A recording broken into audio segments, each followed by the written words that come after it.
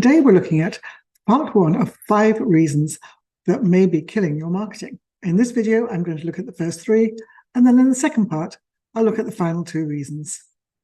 So let's go to my screen and take a look. Where do we start looking at these 5 mistakes that are killing your marketing?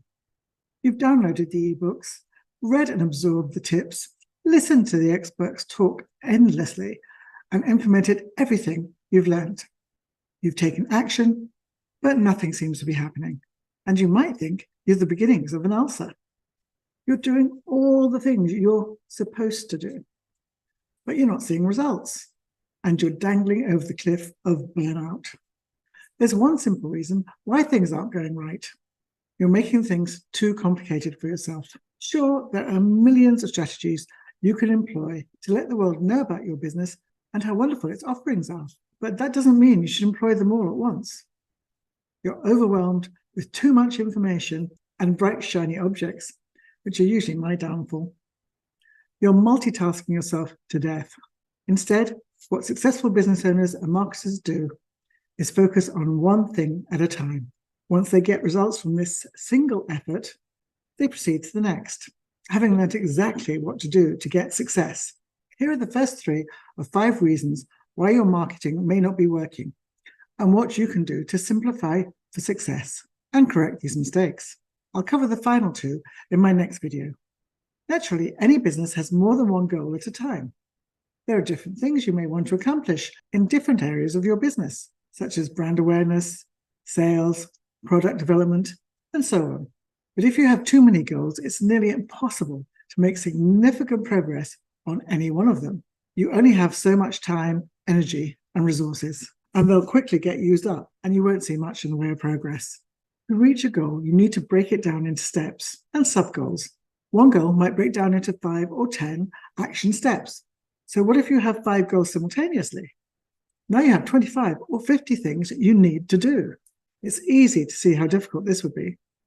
The key for goal setting is quality, not quantity.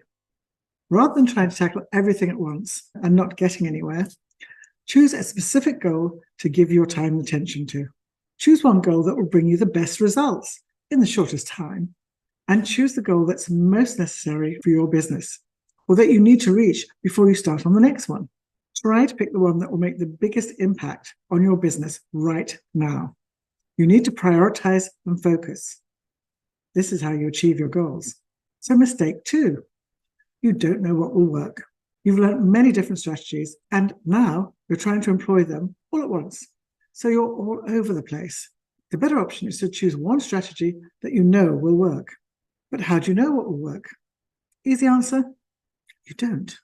Marketing isn't about throwing things against the wall and seeing what sticks. When I started my career as a very junior person in marketing, I used to have to go through piles and piles of printouts. While we had computer printouts, we didn't have fantastic things like Excel, and all the data wasn't presented to you in terms of analytics that you get now. Marketing is scientific. Marketers try something out, monitor, learn through trial and error, and then correct it.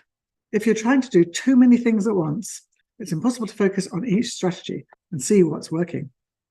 The key is to take a good, calculated guess and choose a strategy you think will work, and then implement it and monitor the results. Who looks at their analytics on their social media? So many businesses I come across don't, and yet they're there and will tell you exactly what's working and what isn't from what you've been posting. What are the results telling you? How do you know if it's working? If you've chosen one clearly defined goal, this is easy to do. A good way to do this is to work backwards. Start with a goal and ask yourself, how will I know if I've reached my goal or not? Choose metrics that are measurable.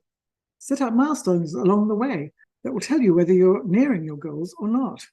With a good goal, a good metric to measure, and milestones to help you chart your progress, you can implement your strategy. For example, you want to build an email list.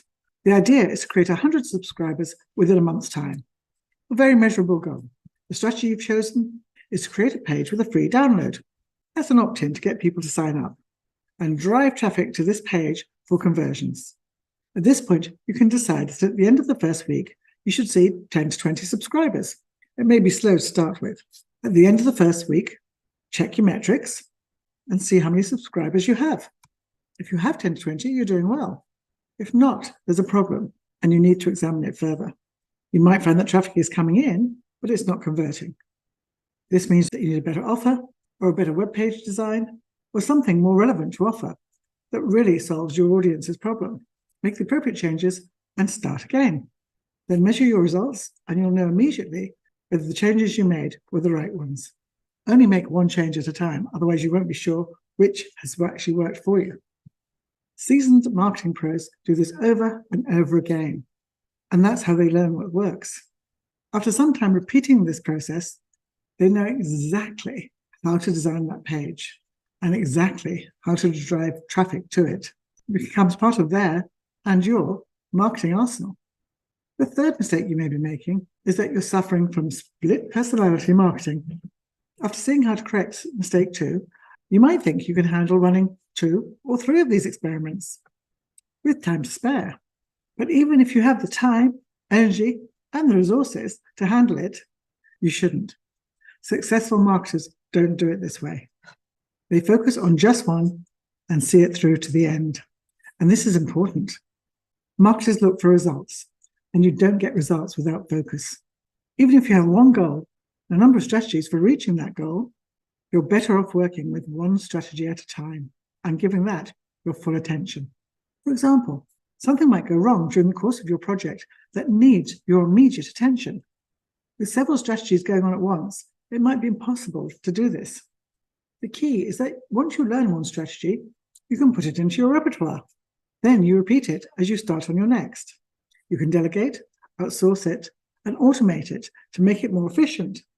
If you've repeated the process 5 times, you now have 5 activities going on that are manageable, and you know exactly how each one works. You're a pro at each of these strategies you have under your belt. Scale this up, and you'll have a marketing empire.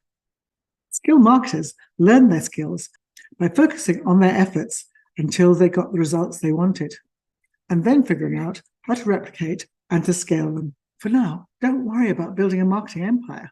Start with the first step. Number 1 was you don't really know what you want. Then move on to the next, and so on. This is how you learn the best ways to reach your most important business goals. In the next video, we'll look at the final 2 marketing mistakes and what to do with them. I hope that helps, and I'll see you in the next video.